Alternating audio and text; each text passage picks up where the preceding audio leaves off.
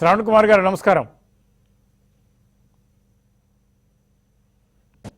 నమస్కారం సాంబశివరావు గారు, ప్యానెల్లో ఉన్న సభ్యులందరికీ కూడా నమస్కారం తెలియజేస్తున్నాను సార్. శ్రావణ్ కుమార్ గారు, నేను మొదటి నుంచి అదే చెప్తున్నాను. సిబిఐని వ్యతిరేకించిన ముఖ్యమంత్రి గారు, సిబిఐ షార్ట్ షీట్ని వ్యతిరేకించిన ముఖ్యమంత్రి గారు, షార్ట్ షీట్లో తప్పుడన్న సంకేతాలు ఇచ్చిన ముఖ్యమంత్రి గారు, ఈ రోజున అదే సిబిఐని తెలుగుదేశం పార్టీలో హయాంలో జరిగిన అవినీతిపై చర్యలు తీసుకోమని విచారణ జరపమని ఆదేశిస్తున్నారు. అంటే ఒకటే అడుగుతున్నాను మీలాంటి వారిని, సిబిఐ నిష్పక్షపాతంగా ఉంటుంది, నిజాయితీగా ఉంటుంది, వాళ్ళ షార్ట్ షీట్లన్నీ కరెక్ట్గా ఉంటాయి అని మీరు గత ప్రభుత్వంలో అవినీతిని తీయాలనుకుంటున్నారా? అయితే మీ మీద, మీ పార్టీ మీద, వ్యక్తిగతంగా మీ మీద ఉన్న షార్ట్ షీట్లు కూడా కరెక్టే అని చెప్పి ఒప్పుకోండి, సరెండర్ అయిపోండి.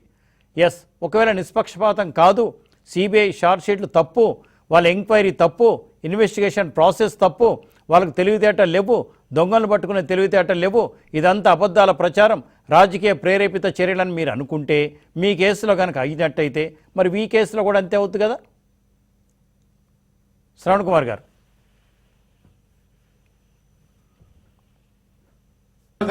రెండు అంశాలు చాలా స్పష్టంగా గమనించాలి. ఈరోజు ప్రభుత్వం ఆర్డర్ చేసిన సిబిఐ ఎంక్వైరీ మీద, ఇప్పుడున్న ముఖ్యమంత్రి గారి మీద సిబిఐ ఎంక్వైరీ ఆర్డర్ చేయడానికి అప్పుడు శంకర్రావు గారు రాసిన ఒక లెటర్ మీద ఇనీషియల్గా హైకోర్టు వారు సిఐడి ఇన్వెస్టిగేషన్ అడిగారు. సిఐడి ఇన్వెస్టిగేషన్ మీద ప్రైమా ఫేసి ఇన్ఫర్మేషన్ వచ్చిన తర్వాత దెన్ సిబిఐ ఎంక్వైరీకి ఆర్డర్ చేశారు. అయితే ఇక్కడ సాంబశివరావు గారు, రాష్ట్ర ప్రభుత్వం సిబిఐ ఎంక్వైరీ అడగటం వేరు, హైకోర్టు సిబిఐ ఎంక్వైరీ వేయటం వేరు.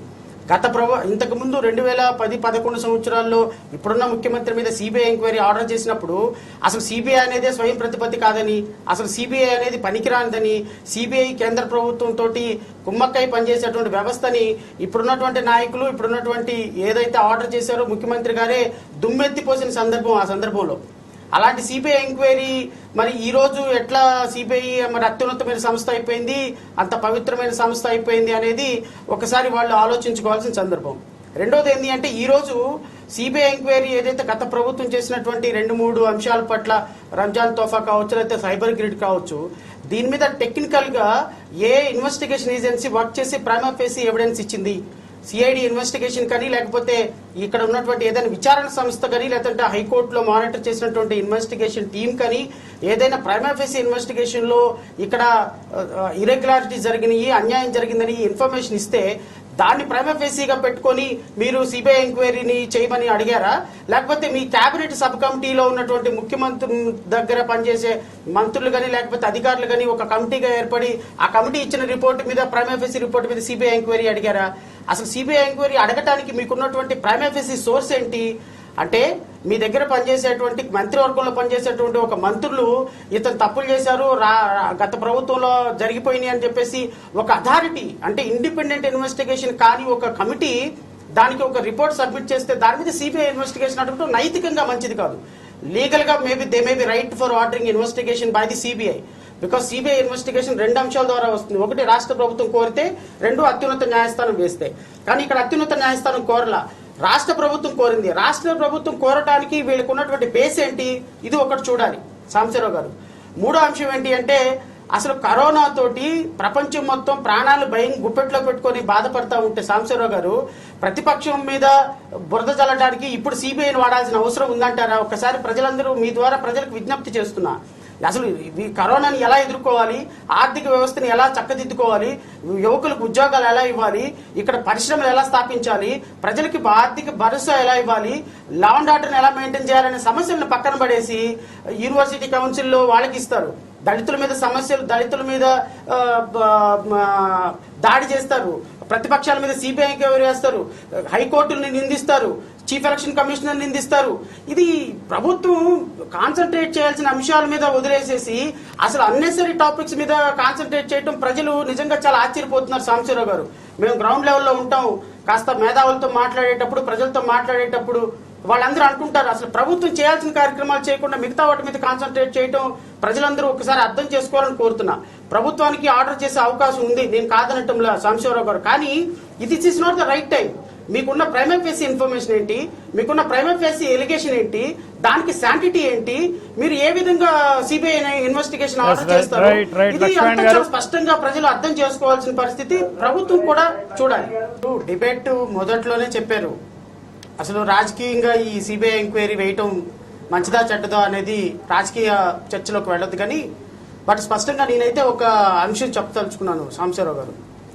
ప్రజలకి ప్రైమరీ ఫేసి ఇన్ఫర్మేషన్ ఇంత ఎలిగేషన్ జరిగింది, ఇంత జరిగింది అని చెప్పకుండా, ఏ స్వతంత్ర వ్యవస్థతోటి ఇన్వెస్టిగేషన్ చేయకుండా సిబిఐ ఎంక్వైరీ ఆర్డర్ చేయడం రాజకీయ కారణాలతోనే చేయాలి. ప్రతిపక్షాన్ని ఇబ్బంది పెట్టాలి, ప్రతిపక్షాన్ని కార్నర్ చేయాలి, మాకున్న అధికారాన్ని ఉపయోగించుకొని ఇప్పుడు జరుగుతున్న చీఫ్ ఎలక్షన్ కమిషనర్ మీద జరిగిన అంశాల పట్ల లేకపోతే రంగుల విషయంలో వాళ్ళకి వచ్చిన బ్యాడ్ నేమ్ ని ప్రజల నుంచి డైవర్ట్ చేయడానికి ఈ మధ్యకాలంలో అనితారాణి గారి కేసు కూడా వచ్చింది. మన చిత్తూరు మహిళా డాక్టర్ గారి మీద కేసుని డైవర్ట్ చేయడానికి, తర్వాత సుధాకర్ గారి కేసు మీద డైవర్ట్ చేయడానికి, ఈ కేసెస్ అన్నింటిని డైవర్ట్ చేయడానికి రాజకీయ కారణాలతోనే సిబిఐ ఎంక్వైరీ వేశారనేది నా ప్రధానమైనటువంటి విశ్లేషణ.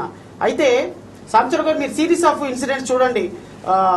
వివేకానంద రెడ్డి గారు హత్య కేసు వచ్చినప్పుడు హైకోర్టులో అవసరమే లేదండి, సిబిసిఐడి మాకు అత్యున్నతమైన సంస్థ ఉంది, మేము విచారణ చేస్తాం, మా పోలీసులు చాలా బాగా విచారణ చేస్తున్నారు, సివిల్ పోలీసులు బాగా విచారణ చేస్తున్నారు, సిబిఐ అవసరం లేదు, మాకు చాలా అత్యున్నతమైనటువంటి వ్యవస్థ ఉంది అని అన్నారు. తర్వాత సుధాకర్ గారి కేసులో సిబిఐ ఇన్వెస్టిగేషన్ ఆర్డర్ చేసినప్పుడు మేము సుప్రీంకోర్టుకి వెళ్తాం, సుప్రీంకోర్టుకి ఎట్లా మీరు విచారణకు ఆర్డర్ చేస్తారు, మాకు అత్యున్నతమైనటువంటి వ్యవస్థ ఇక్కడ ఉంది కదా అని అన్నారు. నిన్న అనితారాణి గారి కేసులో సిబిఐ ఇన్వెస్టిగేషన్ ఆమె డాక్టర్ గారు నా మీద లైంగిక వేధింపులు జరిగినాయి, ఒక ఉప ముఖ్యమంత్రి మీద ఎలిగేషన్ చేస్తుంటే, ఒక ఉప ముఖ్యమంత్రి గారి మీద ఎలిగేషన్ చేస్తున్నప్పుడు సిబిఐ రాష్ట్ర ప్రభుత్వ ఆధీనంలో పనిచేస్తున్న సిబిసిఐడి ఇన్వెస్టిగేషన్ కి ఎట్లా ఆర్డర్ చేస్తారండి? సిబిఐ స్వతంత్ర ప్రతిపత్తి వ్యవస్థను మీరు నమ్మినప్పుడు ఆవిడ కేసులో ఒక దళిత డాక్టర్ ఈ రోజు బయటకు వచ్చి అంత దారుణంగా ఎవిడెన్స్ చూపిస్తుంటే ఆవిడ విచారణ కూడా చేయకుండా సిబిసిఐడి ఇన్వెస్టిగేషన్ ఈజ్ ఎక్సలెంట్, ఆవిడ ఎలిగేషన్స్ లో తప్పు లేదని అసలు ఆవిడ విచారణ చేయకుండానే ఎస్పీ గారు కన్ఫర్మ్ చేశారు. అంటే సిబిసిఐడి మీ దగ్గర పనిచేసే వ్యవస్థ ఏమో మీ పరంగా వచ్చేసరికేనేమో అద్భుతంగా పనిచేస్తుంది, ప్రతిపక్షాల పరంగా వచ్చేసరికి అయితేనేమో సిబిఐ మాత్రమే చేయాలి. ఎందుకంటే ఒకటి సాంబశివరావు గారు, తప్పో రైటో ప్రజల్లో ఒక అభిప్రాయం ఉంది. ఏంటి అంటే సిబిఐ ఇన్వెస్టిగేషన్ చేస్తే నిజంగా వాళ్ళు కల్ప్రిట్సే, నిజంగా వాళ్ళు తప్పు చేశారు, నిజంగా సిబిఐ అనేది కేసు కట్టాము అంటే వాళ్ళు తప్పు చేసినట్టే అనేటువంటి ఒక భావన మొదటి నుంచి ఉంది. తప్ప రైటా పక్కన పెడదాం, సిబిఐ ఎంత కన్విక్షన్ రేట్ తీసుకుంది, సిబిఐ ఎన్ని కేసెస్ లో కన్విక్షన్ అయింది ప్రపంచానికి తెలుసు. నాకు తెలిసి నాకు లీగల్ నాలెడ్జ్ లో సిబిఐ ఏ కేసులో కూడా వేయలా. అయితే ఫైనల్ గా సాంబశివరావు గారు నేను చెప్పేది ఏంటంటే సిబిఐ ఇన్వెస్టిగేషన్ వేయడానికి రాజకీయ కారణాలు తప్ప ఏ విధమైన ప్రైమరీ ఫేసి ఎవిడెన్స్ లేదు. మీరు ఒకరికి ఒక రూలు, ఇంకొకరికి ఒక రూలు, ప్రతిపక్షాన్ని కార్నర్ చేయాలని మాత్రమే సిబిఐ ఇన్వెస్టిగేషన్ వేశారనేది నా ప్రాథమికమైనటువంటి విశ్లేషణ. రాష్ట్ర ప్రభుత్వం ఇచ్చిన నివేదికకు అక్కడ జరుగుతున్న అంటే జడ్జి గారు ఇచ్చిన నివేదిక, విశాఖపట్నం జడ్జి గారు ఇచ్చిన నివేదికకు చాలా తేడా ఉంది. కాబట్టి రాష్ట్ర ప్రభుత్వం మీద అలిగేషన్స్ ఉన్నాయి కాబట్టి అక్కడ ఇవ్వడం జరిగింది. అవన్నీ కూడా వ్యతిరేకించారు.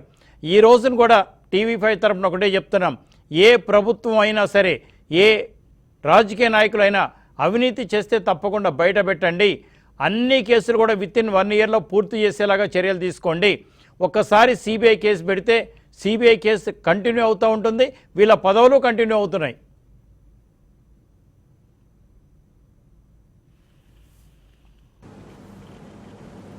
శ్రావణ్ గారు, ఎస్, ప్రాథమికంగా ప్రిన్సిపల్స్ ఆఫ్ న్యాచురల్ జస్టిస్ ప్రాథమికంగా ఒక అత్యున్నతమైనటువంటి సిబిఐ చేత ఇన్వెస్టిగేషన్ చేయించేటప్పుడు ప్రాథమికమైనటువంటి అంశాల పట్ల ఒక వీళ్ళు తప్పు చేశారనే ఒక నివేదిక ఉన్నప్పుడు సిబిఐ ఎంక్వైరీ ఆర్డర్ చేయడం సహజ సూత్రాలకు అనుగుణంగా వస్తుంది. అయితే ఈ రోజు ఇచ్చినటువంటి కేబినెట్ సబ్ కమిటీ రిపోర్ట్ ఏంటి, ఆ రిపోర్టు ప్రజలకు బహిర్గతం చేశారా, పోనీ అసలు కేబినెట్ సబ్ కమిటీలో ఉన్న నిష్ణాతులు ఎవరు, వాళ్ళు ఇన్వెస్టిగేషన్ చేసి క్రైమ్ ని ఏ విధంగా వీళ్ళు ఎస్టాబ్లిష్ చేశారనేది అది ఇప్పటికీ కూడా వైట్ పేపరే, అది దానికి ఎవరికి కూడా దానిలో కంటెంట్స్ ఏంటో తెలియదు. సిబిఐ ఎంక్వైరీ ఆర్డర్ చేయడాన్ని ఎవరు కూడా తప్పు పట్టరు. ప్రభుత్వం మీరు చాలా స్పష్టంగా చెప్పారు, చాలా చక్కగా విశ్లేషణ చేశారు. ఈ ప్రభుత్వం కానీ ఇంకో ప్రభుత్వం కానీ ఏ ప్రభుత్వం అయినా ₹1 అవినీతి చేసినా అవినీతే. ఎందుకంటే ప్రజల సొమ్ము ఇది, ప్రజాస్వామ్య దేశంలో ప్రజల సొమ్ముకి వీళ్ళు కస్టోడియన్స్ మాత్రమే. ఏ ₹1 అవినీతి చేసినా కూడా they must be taken in to the task. కానీ ఏ సందర్భంలో వేశారు, ఎలాంటి సందర్భంలో వేశారు, వేసేదానికి పారదర్శకత ఏంటుందనేది చూడాలి. సాంబశివరావు గారు ఒక ఉదాహరణ చెప్తాను మీకు. ఎవరైనా ఒక వ్యక్తి చనిపోయినప్పుడు అక్కడ వ్యక్తి దగ్గరికి వెళ్ళి నవ్వకూడదు. మనకి ఇష్టమున్నా లేకపోయినా కొంచెం బాధతో బాధించాలి. ఒక వ్యక్తి పెళ్లికి వెళ్ళినప్పుడు అక్కడ ఏడవకూడదు, అక్కడ నవ్వాలి. ఇది సహజంగా ఒక మనిషి బిహేవియర్ని, ఒక ప్రభుత్వాన్ని, ఒక బిహేవియర్ని ఎస్టాబ్లిష్ చేస్తుంది. కరోనా టైంలో ప్రజల ప్రాణాలు గుప్పెట్లో పెట్టుకున్న బ్రతుకుతున్న టైంలో ప్రతిపక్షాల మీద, రాజ్యాంగ వ్యవస్థల మీద, కోర్టుల మీద, మాలాగా మాట్లాడే వాళ్ళ మీద, మీడియా మీద ఇది దాడి మంచిది కాదు అనేది నా అభిప్రాయం. రేపొద్దున మీరు సిబిఐ ఎంక్వైరీ వేశారు, ప్రజలకి ఆన్సరబుల్ గా ఉంటారు. ఖచ్చితంగా సిబిఐ ఎంక్వైరీ వేయాలి, ప్రతి రూపాయి తప్పు జరిగితే ప్రజల ముందు పెట్టాలి. కానీ this is not the right time, this is not the way. ఎందుకంటే ప్రజలు చాలా స్పష్టంగా మీడియా వచ్చిన తర్వాత అర్థం చేసుకుంటున్నారు. ఇది ఈ సందర్భంలో సిబిఐ ఎంక్వైరీ ఎందుకు, 1 year లో మీరు ఏం చేశారు, ఇదిగో ప్రాథమికంగా ఇదిగో ఇన్ని వందల కోట్ల రూపాయలు అవినీతి జరిగింది, దీనికో డాక్యుమెంట్స్ ఇవి ఉన్నాయి, ఇదిగో ఈ సిబిసిఐడియో లేకపోతే విజిలెన్స్ ఎంక్వైరీ ఇచ్చింది, దీనికోసం మేము వేస్తున్నాం అంటే ప్రజలు నమ్ముతారు తప్ప ఈ సందర్భంలో ప్రాణాలు అరచేతులు పెట్టుకున్న సందర్భాల్లో, ఈ ఇన్ని ఎస్సీ ఎస్టీల మీద ఇన్ని దాడులు చేస్తున్న సందర్భాల్లో ప్రజలందరికీ అసలు అడ్మినిస్ట్రేషన్ ఎట్టు వెళ్తుంది, నిజంగా ప్రభుత్వం ఉందా లేదని గందరగోళం సందర్భంలో ప్రతిపక్షాలను టార్గెట్ చేయడం కూడా మంచి పద్ధతి కాదు, ఇమ్మెచ్యూర్ డెసిషన్ అనేది అయితే నేను భావిస్తున్నా.